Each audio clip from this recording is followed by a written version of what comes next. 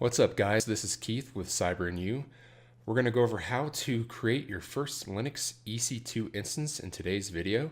If you guys are brand new to the world of Amazon Web Services, please click one of the links in the description that shows you how to set up a free tier Amazon Web Services account and set up identity access management. If you are familiar with Amazon Web Services, we're going to dive right into this.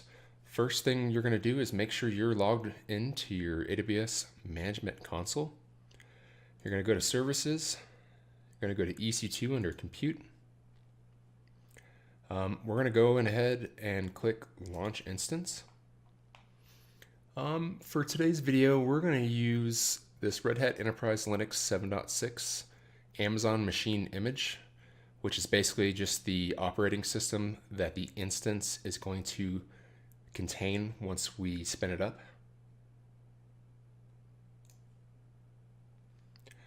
All right, so for instance size, we're just going to use a T2 micro, which is obviously free tier eligible. We love free things. We're just going to keep it free. As you can see, it's got one CPU, 1 gig of memory. It's gonna be enough to do what we need it to do for the purposes of this video.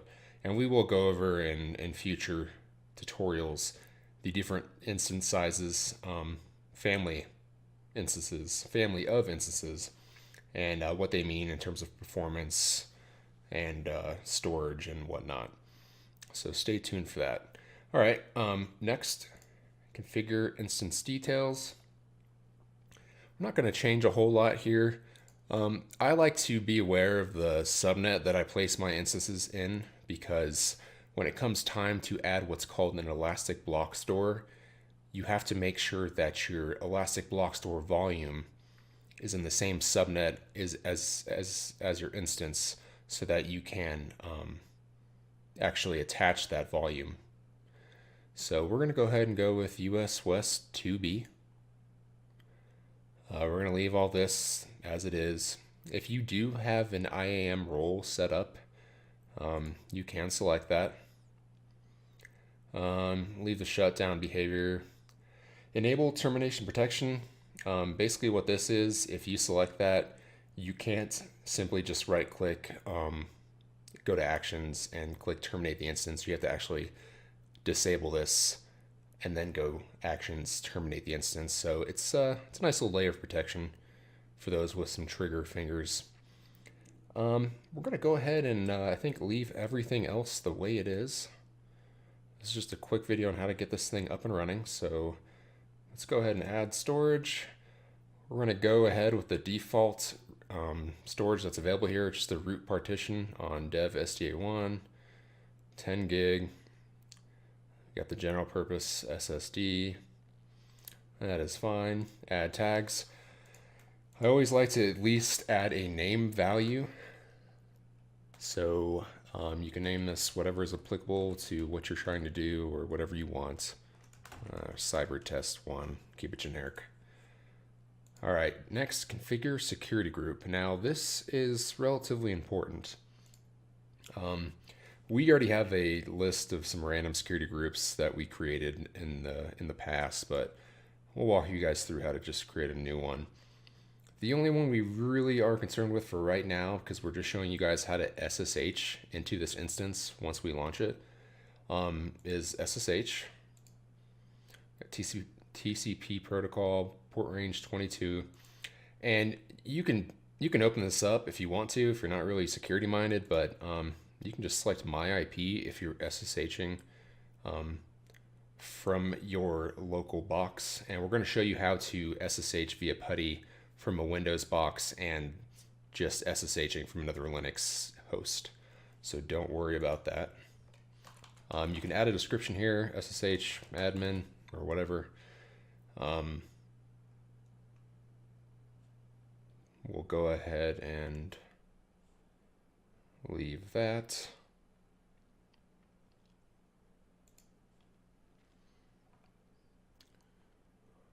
All right, and just going over what we did here, we've got a rel 7.6 Amazon machine image, T2 micro, got our one security group, That's our host IP, our local IP. It's my Windows box that I'm currently doing this on. And we've got our default storage.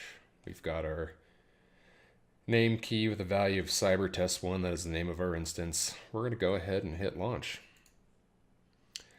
All right, here you're going to create a new key pair, and you're going to use this key pair to SSH into this instance.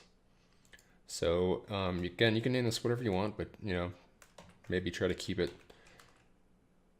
in line with something that makes sense. I'm just going to do cybertest1, and we're going to download that key pair. Definitely take note where this goes. For most of you, if you guys are doing this on a Windows box, it's just going to go to downloads. Make sure. There it is, cybertest1.pem. And for those of you that don't know what PEM stands for, it's Privacy Enhanced Mail. It's encryption for the certificates and private keys. It's what Amazon Web Services utilizes. All right, once you've downloaded that key pair, you can go ahead and hit launch instance. You can click view instances, and this right here, it is pending. Eventually it's going to turn green and say running, and then it does still initialize, I think for maybe a few minutes. Just goes through a variety of health checks to make sure the instance is usable. So, all right, it's up and running. We'll give it a few seconds, but we're going to go ahead and walk you through the next step.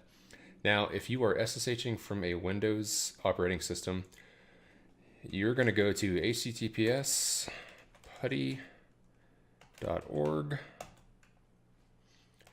You're going to click right here because we want to download Putty. Now, the reason you want to download Putty is because you're going to use that as your SSH application between this Windows localhost and your remote Linux EC2 instance. And another factor that you need to consider is that you need to use what's called PPK, which is Putty Private Key, to SSH into and authenticate to that Linux instance that we just launched. And don't worry, we'll show you how to do all that. So go ahead and click the 64-bit, or if you're utilizing a 32-bit OS, you can do that. And this Windows install file comes with PuttyGen, which is what we're going to use to convert our .pem, our privacy enhanced mail private key, into a Putty private key.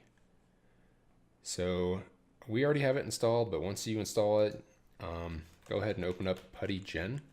Just type it in like that. It is part of that Windows installer package when you download Putty.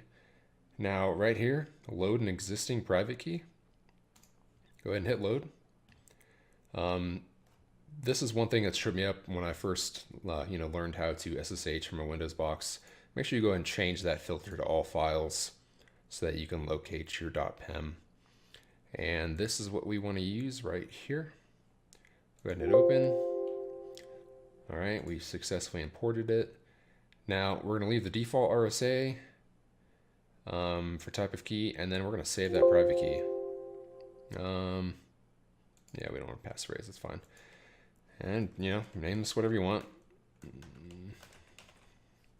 All right, go ahead and save that. And again, you can change this. We're just throwing it in downloads for the time being. All right, once you've saved your private key, you can close that. We're going to open up Putty again, or for the first time. All right, now right here, we want to grab the public DNS for this host name right here. And to find that, you select the instance you just launched, and you can go to the description details, and off to the right here, public DNS. Just copy that to your clipboard. We put that in there. Our port's going to be 22 SSH. Now there are There is one thing that you need to change here. Down here on SSH, expand that. You're going to click off.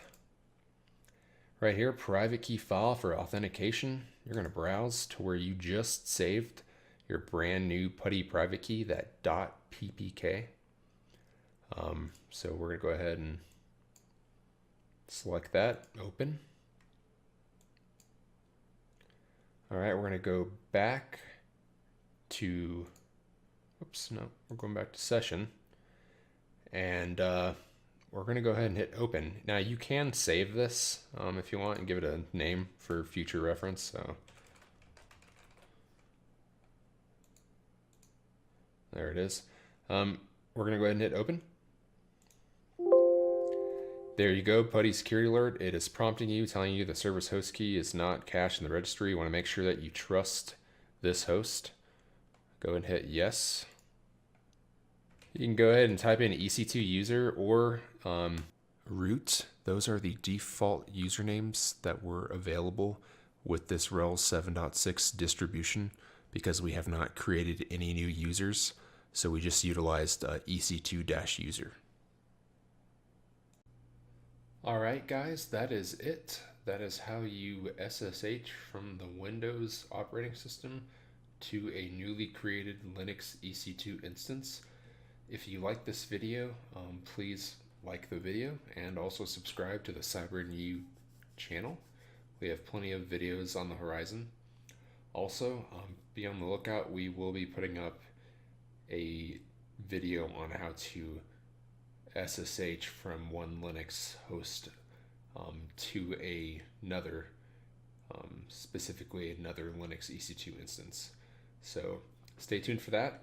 We will put the video in the description once it comes out and also link it to the end of this video. Again, thanks for watching.